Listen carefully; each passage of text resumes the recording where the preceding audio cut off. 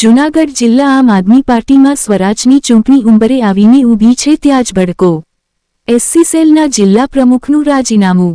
આમ આદમી party SC cell પ્રમુખ ધીરુભાઈ ગોહેલે આપ્યું રાજીનામું. પ્રમુખ સભ્યપદેથી રાજીનામું. મને મોબાઈલ થ્રુ મારા મોબાઈલનો રેકોર્ડિંગ અને મારા મોબાઈલના કોલ, વોટ્સઅપ કોલ હોય કે સાદો કોલ હોય, તમે ડેટા જોઈ લીજો. અઢળક માણસો અટાણે નારાજ થઈને બેઠા છે આમ આદમી પાર્ટી તરફથી. અને હું ટૂંક સમયમાં જ કહું, 2-3 દિવસની અંદર કહું કે મોટામાં મોટું જૂનાગઢ ગાબડું આમ આદમી પાર્ટીમાં પડી રહ્યું છે. હમણાં ટૂંક સમયની અંદર 18 જ્ઞાતિ, મારી જ્ઞાતિની જ એક પર્સનલી વાત નથી કરતો, 18 જ્ઞાતિમાંથી આમ આદમીનો શેડો ફાળવા આજે માણસો મજબૂર બની ગયા.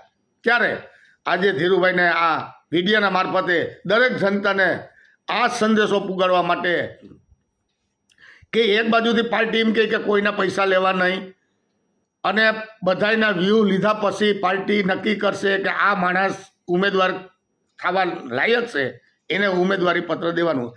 મારા સમર્થકોએ જે હું છેલ્લા 4 વર્ષથી આમ આદમી પાર્ટીમાં સંકળાયેલો છું અને જૂનાગઢ જિલ્લાના મધુરમ સોસાયટીના એન્જલ પાર્કમાં મારું ઘર છે.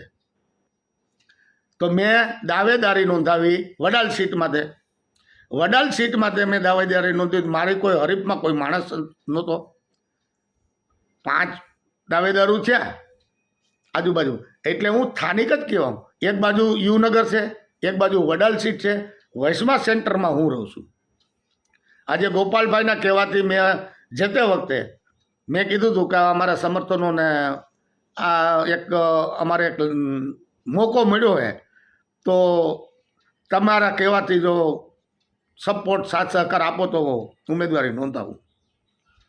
બાકી મારે કોઈ રાજકીયમાં ક્યાંથી પૈસો આવે, કયો ઉમેદવાર સક્રિય છે, પૈસા ટકાવે, એ ઉમેદવારને પકડીને ટિકિટ આપી.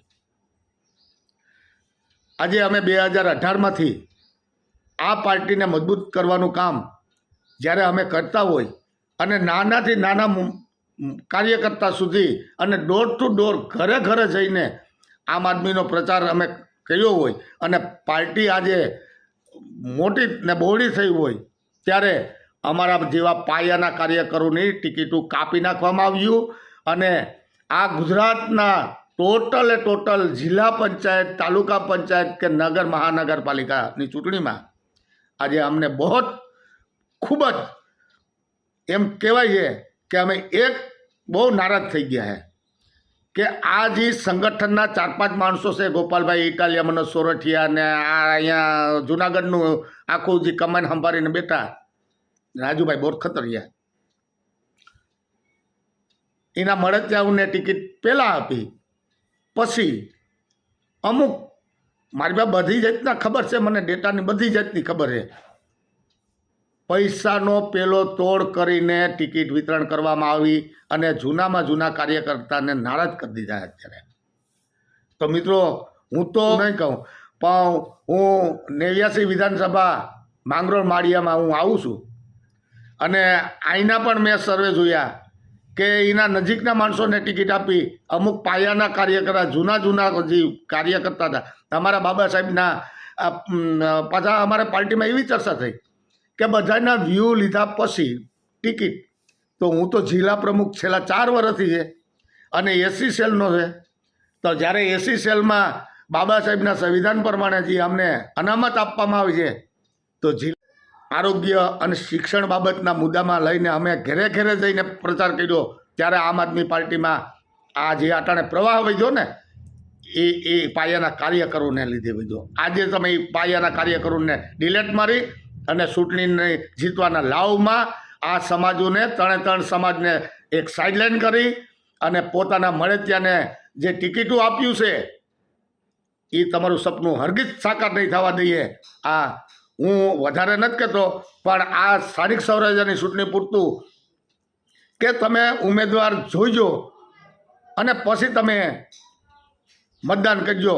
હું તો કહું, મેં અટાણે કોઈ પાર્ટીમાંથી મને કોઈ ફોન નથી આવ્યો કે નથી મને કોઈ સમર્થન કર્યું કે ભાઈ તું આ અમારી પાર્ટીમાં આવતો રહે કે તું અમારી પાર્ટીમાં આવતો રહે. હું ક્યાંય નથી. હું આજની તારીખમાં જિલ્લા પ્રમુખ, આમ આદમી પાર્ટીનો જિલ્લા પ્રમુખ જ છું. કાલ મને પાર્ટી વિરુદ્ધનું કદાચ કામ કરતો હોય ને મને રિઝાઇન કરી દે એક વાત અલગ છે. અને મેં હજી કંઈ નક્કી નથી કર્યું કે હું ક્યાં પાછો જવાનો છું, પણ જઈશ ત્યાં કટ્ટર ઈમાનદારથી અને એક બુલંદ અવાજ તરીકે હું કદાચ ગમે એમાં જઈ શકીશ. હું એવું નથી કહેતો કે મારે કોઈ પાર્ટીમાં નથી જવું, મારે ચૂંટણી નથી લડવી. મને તો આગળ હું ધારું તો ઓફરો આવે, બોલો ધીરુભાઈ કઈ ચૂંટણી તમારે કઈ સીટમાંથી લડવી છે. મારે નથી લડવી. મેં તો એક ચાન્સ આપ્યો હતો ગોપાલ ઇટાલ મનોજ સોરઠિયાને.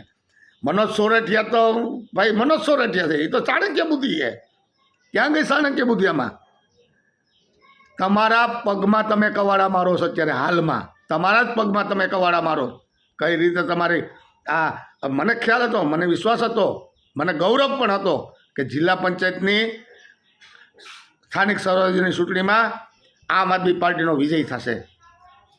હવે જોઈજો તમે પાયાના કાર્ય, મારો એકનો કંઈ પ્રશ્ન નથી.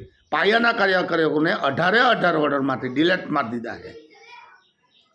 હું જાજુ અને નારાજ થવાનું કારણ કે કાલે મેં રિઝલ્ટ જોયું, મારી પણ ટિકિટ કપાઈ ગઈ અને પછી હવે તો હદ થઈ ગઈ.